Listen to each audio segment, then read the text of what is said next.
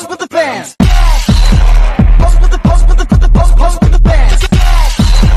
Pose with the pose with the pose with the bands. Pose with the bands.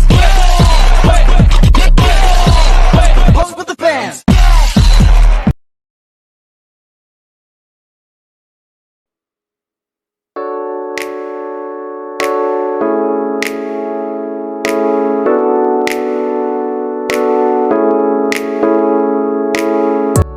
Apa latar belakang pembangunan perpustakaan Bung Karno Kota Blitar ini?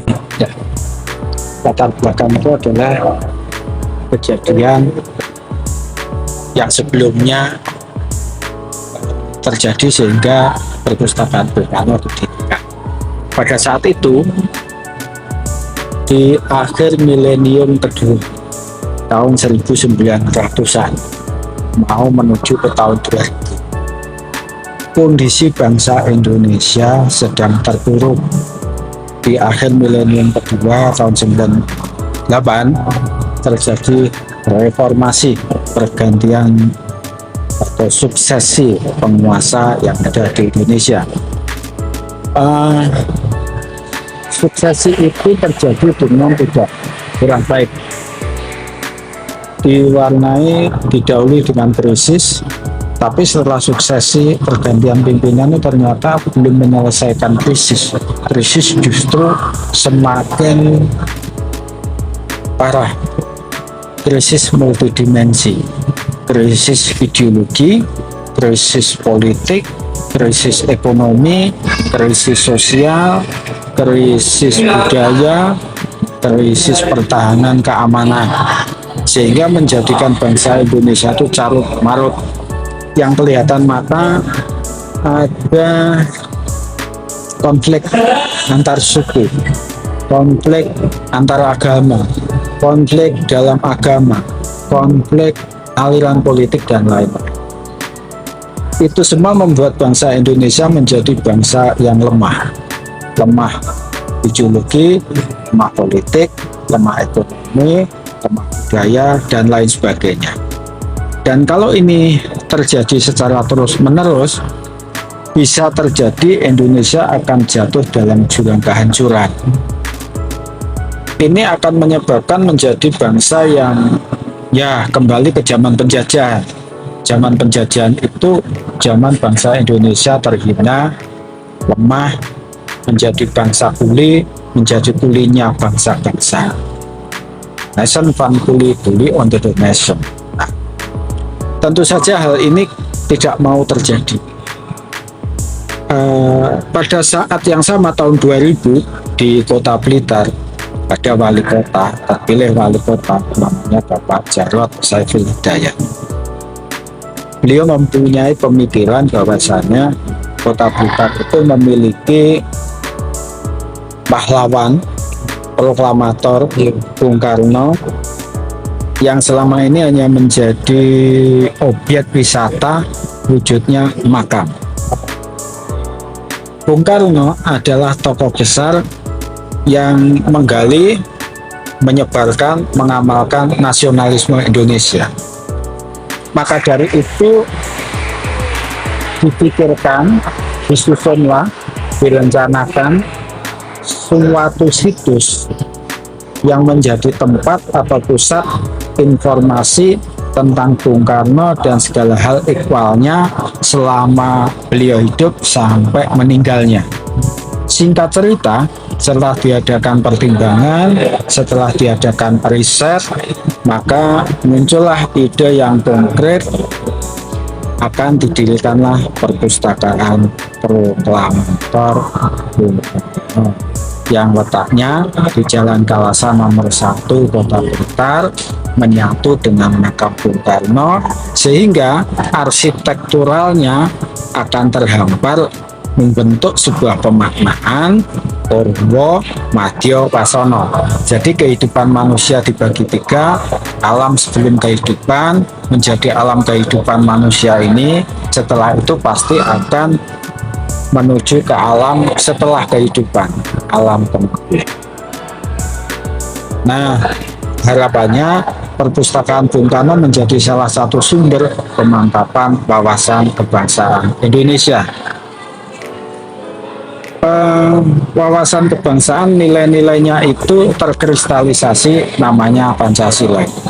Pancasila yang ada di Undang-Undang Dasar 45 di pembukaannya harus dimaknai menyatu, bulat, dan utuh sebagai peristiwa yang terjadi 18 Agustus 45 dan 17 Agustus 45. Jadi Pancasila itu 2 dalam 1, 1 dalam 2 dengan peristiwa proklamasi kemerdekaan.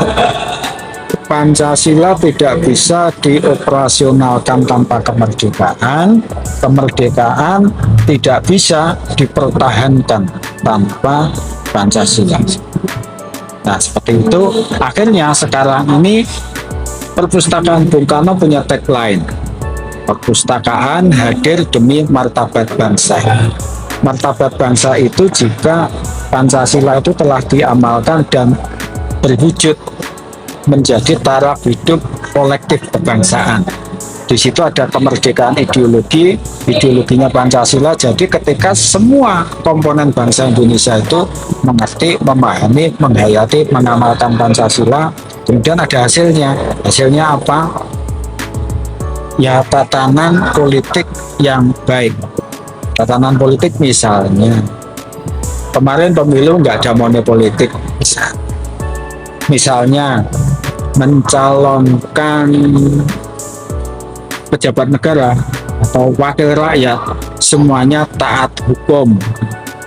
Kalau ada yang merekayasa hukum untuk kepentingan pribadi, itu artinya tidak berkedaulatan politik, rakyat itu dilanggar kedaulatan politiknya. Kemudian setelah kedaulatan politik itu ada, apa sih maknanya? Kedaulatan politik rakyat itu artinya ketika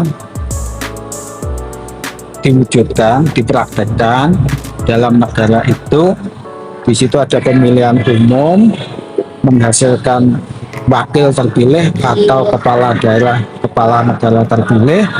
Di sana nanti akan membuat aturan, akan melaksanakan aturan sesuai dengan Pancasila, menghasilkan suatu masyarakat yang kuat, yang tinggi, derajat politiknya, derajat ekonominya, dan derajat kebudayaannya. Derajat ekonomi itu dalam bentuk bahwasanya bangsa Indonesia mampu memproduksi barang dan jasa yang diperlukan secara mandiri serta dapat mengkonsumsi kebutuhannya dengan cukup. Misalnya makannya ya cukup, pakaiannya cukup, sandang cukup, rumahan cukup, HP cukup, sepeda motor cukup. Nah, lebih dalam lagi, apakah sudah cukup, betul cukup begitu? Pertanyaannya, contohnya, misalnya HP-mu itu bukan buatan Indonesia, motormu bukan buatan Indonesia, laptopmu bukan buatan Indonesia, satelitmu bukan buatan Indonesia, AI-mu bukan buatan Indonesia. Artinya kamu itu ya belum merdeka. Itu secara ekonomi. Secara budaya, kita juga biasanya memiliki pemahaman yang terlalu sempit. Budaya itu dimaknai adat istiadat yang ada di desa, di kelurahan kita, di kampung halaman kita. Adat istiadat dimaknai upacara-upacara tradisional, sunatan, dadi mandan, kemudian dan lain sebagainya, tingkepan.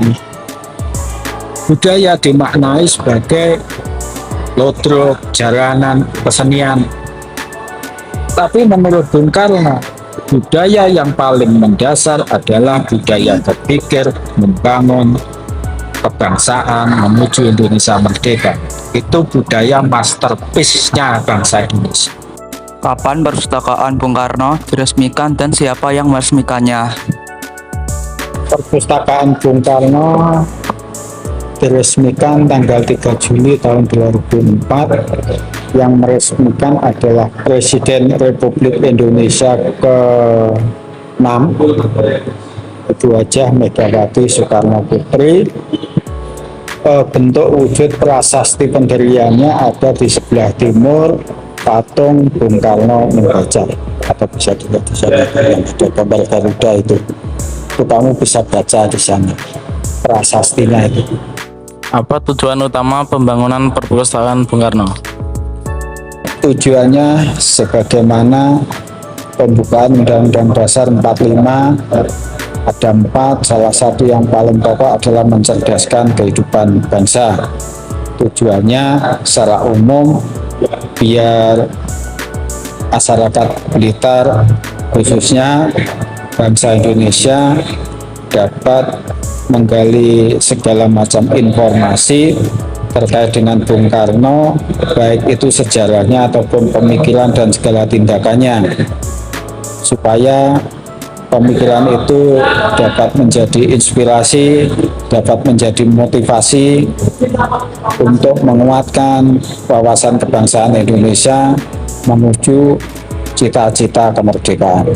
Bagaimana peran perpustakaan Bung Karno dalam melestarikan warisan sejarah Bung Karno? Baik, peranannya sesuai dengan tugas, fungsi, profesi perpustakaan. Jadi pertama harus kita pahami, perpustakaan itu tugasnya, khususnya perpustakaan Bung Karno, tugasnya utamanya adalah mencari, menemukan segala buku, segala sumber informasi terkait dengan Bung Karno. Apa saja itu adalah buku-buku yang ditulis oleh Bung Karno, ditulis orang lain tentang Bung Karno, atau buku-buku yang dibaca Bung Karno, atau buku-buku yang kongruen, sebangun, sejiwa dengan pemikirannya Bung Karno. Nah, tadi apa intinya? Melestarikan apa? Melestarikan Warisan peranannya. Nah, pemikiran itu lestari jikalau pemikiran itu ditransformasikan dari dalam buku menjadi ke dalam otak, dimasukkan dalam otak, kemudian itu disebarkan secara kolektif di tengah masyarakat, dan pemikiran itu menjadi kesadaran dan amal bersama. Jadi intinya pemikiran Bung Karno tentang kebangsaan, tentang Pancasila itu harus digali kembali sejarahnya, otentisitasnya, rasionalitasnya, aktualitasnya, kemudian disebarkan pada seluruh bangsa Indonesia untuk diamalkan. Itu peranannya. Jadi ilmu itu lestari jika ilmu itu hidup, diamalkan di tengah masyarakat, tidak hanya sekedar ada di dalam buku. Bagaimana perpustakaan Bung Karno dapat mengoptimalkan perpus tersebut menjadi sebagai referensi atau sumber belajar? Bagaimana cara mengoptimalkan adalah dengan meningkatkan kualitas baik sistem, baik alat, baik SDM, keuangan, terutama itu alat utamanya secara manajemen. Cara meningkatkan SDM terutama bagaimana adalah SDM-nya belajar tentang ilmu manajemen, SDM-nya atau pustakawannya belajar tentang ilmu IT, pustakawannya belajar tentang ilmunya Bung Karno. Ini paling sulit. Nah, setelah pustakawannya nanti tinggi ilmunya, maka pustakawan itu dapat melayani masyarakat, karena semua masyarakat pada intinya membutuhkan layanan informasi wawasan kebangsaan berbasis pemikiran Bung Karno. Makanya semuanya, jadi strateginya adalah membuat SDM atau pustakawannya memiliki kompetensi yang setinggi-tingginya, di samping dukungan manajemen, dukungan keorganisasian, dukungan keuangan, dan lain-lain. Bagaimana strategi perpustakaan Bung Karno untuk meningkatkan kesadaran dan apresiasi masyarakat terhadap warisan Bung Karno?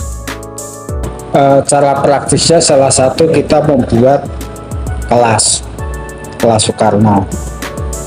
Jadi intinya harus ada transformasi informasi atau penyiaran informasi yang terus-menerus kepada masyarakat semuanya. Medianya apa saja, baik langsung ataupun media sosial.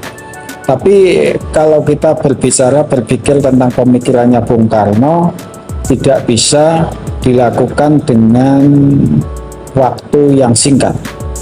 Pemikiran Bung Karno itu sangat panjang, sangat luas, sangat lebar. Maka dari itu, cara yang paling efektif untuk mentransformasikan atau mengirimkan pemikiran-pemikiran itu melalui kelas. Jadi kita punya kelas yang bisa diikuti oleh siapa saja di perpustakaan Bung Karno, bermitra kerja dengan masyarakat siapa saja, ada dengan SMA, ada dengan kampus, juga ada dengan komunitas masyarakat. Di kelas itu akan terjadi pertemuan beberapa kali. Pelajaran yang diberikan misalnya historiografi Soekarno 1, itu adalah kita menceritakan tentang Bung Karno semasa hidupnya lahir sampai Indonesia merdeka.